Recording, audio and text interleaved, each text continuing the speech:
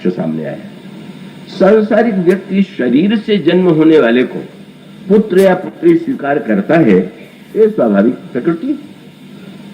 अपने पुत्र शरीर से जिसका जन्म हुआ है वो मेरा पुत्र है, वो मेरी पुत्री है। तो एक और तो महाराज श्री दशरथ के संदर्भ में शरीर का महत्व दिखाई देता है, किंतु यहाँ सुनैना जी के गर्भ से श्री सीता जी का जन्म नहीं हुआ। महाराज जनक ने उन्हें पुत्री के रूप में उनका कोई उस तरह से जैसे जन्म के मूल में पिता हो वैसा नहीं, किंतु उन्होंने जब इस दिव्य कन्या को देखा तो उनके हृदय में वात्सल्य उमड़ पड़ा और उन्होंने पुत्री के रूप में उन्हें गोद में लेकर के ऐसा अनुभव किया कि वो एक बड़ी दिव्य विलक्षण पुत्री मिली। और फिर उन्होंने जब सुनैना जी के गर्भ सुनैना जी के हाथों में सौंपा तो उन्होंने हृदय से लगा लिया, उन्होंने गोद में ले लिया। मानो संकेत दिया है कि जो सांसारिक नाते हैं उनका व्यवहारिक जगत में महत्व है, किंतु भक्ति का जो नाता है वह शरीर से।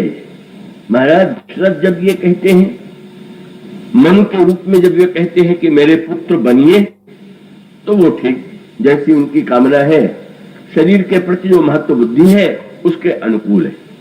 लेकिन जनक ने शरीर से संबंध न होते हुए भी जब उन्हें पुत्री के रूप में स्वीकार कर लिया, तो इसका अर्थ ही है कि वो शरीर की भावना से ऊपर उठे हुए हैं। शरीर के संबंध को ही वो संबंध नहीं मानते हैं।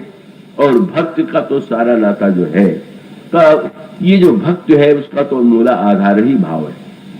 और इसका बड़ा सुंदर तात्पर्य है। देखिए ना, शरीर से पाने के लिए मन को कितने लंबे समय तक साधना करनी पड़ी, और एक जन्म के बाद दूसरा जन्म लेने के बाद तब कहीं श्री राम को पुत्र कह करके उन्हें संतोष हुआ। तो भाई ये जो शरीर वाला नाता है वो तो बड़ी लंबी प्रक्रिया, पर भाव वाला नाता, शरीर से कोई पुत्र चाहेगा तो उसके लिए आवश्यकता सब समय और वस्तु की हो सकती है, पर भाव से कोई नाता मानना चाहे तो एक क्षण में ही भगवान पुत्र बने और अगले जन्म में बने तो लंबी परिक्रमा हो गई। और जिसने भगवान को देख करके मान लिया, श्री सीता जी को देख के मान लिया कि मेरे पुत्र है मेरी पुत्री, तो जो शरीर से संबंध का मार्ग है वो लंबा है, और भावना का जो मार्ग है वो कितना सरल है।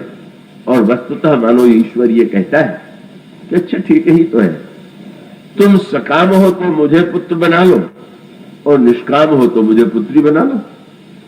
दोनों की तो प्रस्तुत है, क्योंकि पुत्र से और पिता का नाता सकामता का नाता है, और पिता और पुत्री का नाता तो निष्कामता का नाता है। तो मानो जनक नंदिनी सीता को उन्होंने भक्ति देवी को जहां पर उन्होंने भाव के नाते से, और सारे रामचरितमानस में भाव का जो ये दिव्य नाता, इसलिए आपको संकेत मिलेंगे। एक और शरीर का नाता, कौशल्या जी, सुमित्रा जी, कैकेयी जी के जीवन में जो प्राकट्य होता है वो शरीर के माध्यम से 4 रूपों में आए।